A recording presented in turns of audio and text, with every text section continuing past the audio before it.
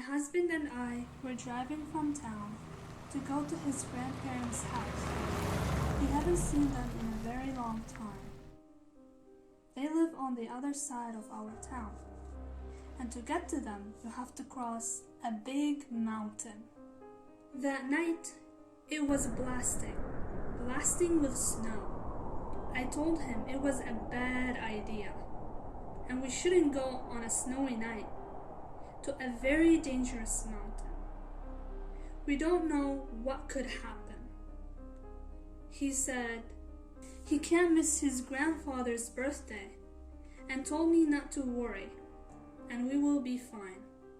Oh, I wish that was true. We reached the mountain. The wind was howling. The snow wasn't thick, but it was falling heavy, and if it kept the rhythm, it will get us stuck on the road. So I told him, let's just turn around. It's really not worth it getting stuck here. It is okay if you miss his birthday. You can celebrate it next year. But he insisted and said, I missed his last year birthday, remember? Because I had an emergency business trip. I won't be missing his birthday this year. Plus, I don't know how long he'll be living. I would rather spend every minute with him when I get the chance to do so. Sorry, but we are doing this. We are going to pass this mountain and celebrate his birthday. Also, I wanted to connect with you on this trip because I have been very busy and I wasn't available for you. So I wanted us to spend time together in nature. So I chose this time to drive on this mountain and not fly over it. Alright, let's get it over with, I said. We started to go up the mountain, slowly and carefully. The night was never darker than this. We only could see what is around us, and the light of our car is very bright. I was getting bored, so I decided to look outside the window, maybe see something interesting near us. So I looked at the wing mirror, and there I see a black shadow pass us from behind really fast. Did you see that? I said. Did I see what? My husband said. A big shadow passed right behind us so fast. No, I didn't see it.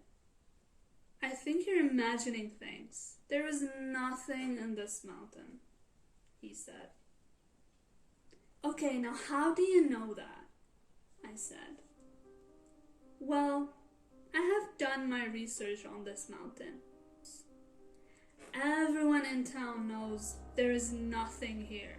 No wildlife, no nothing. It's been dead for ages. You're not calling me crazy and saying I'm seeing things. Look, all I'm saying is there's nothing here and don't worry about it. Okay, alright, whatever. Whatever you say.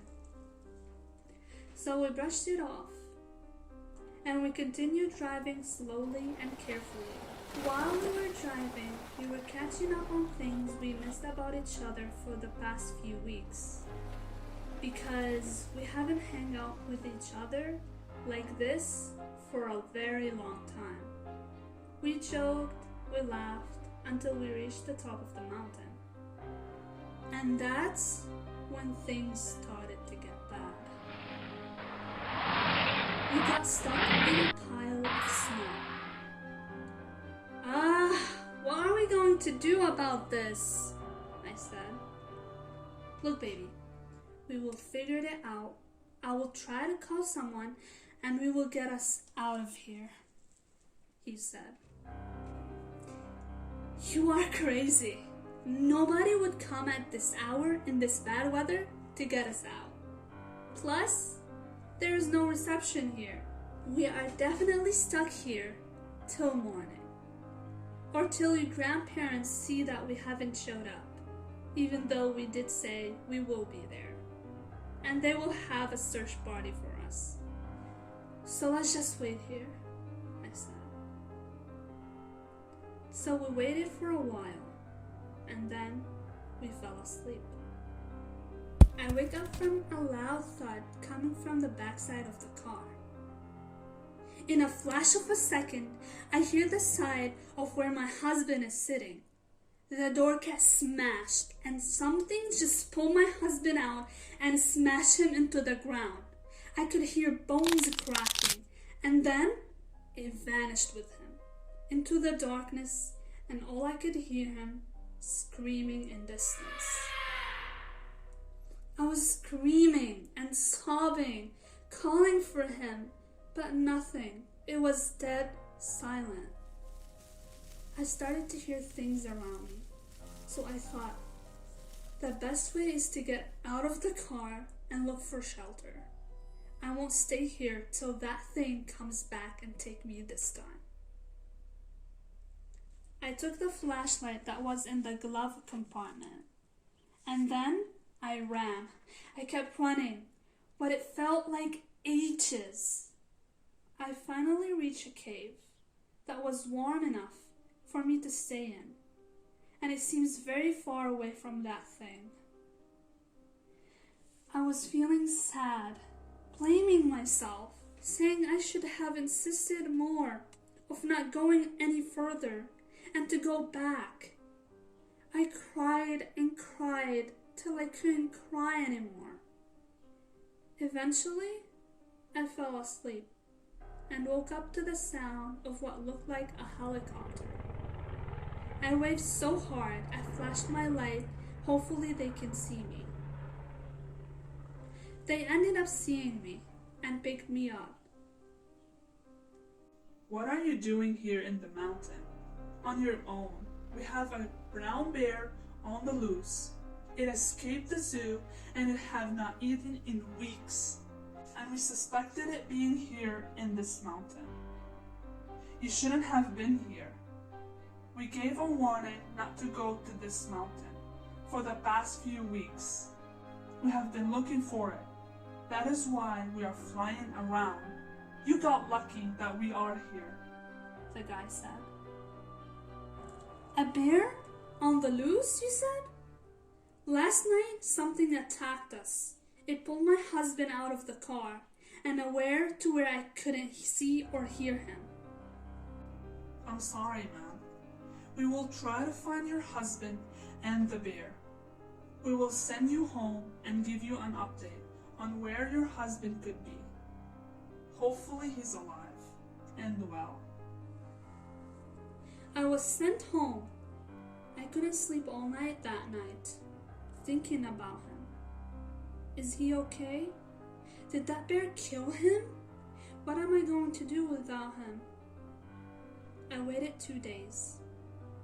Nothing. No news about my husband or the bear. On the third day of waiting, I got a phone call. Hello, is this Miss Francis? Yes, it is.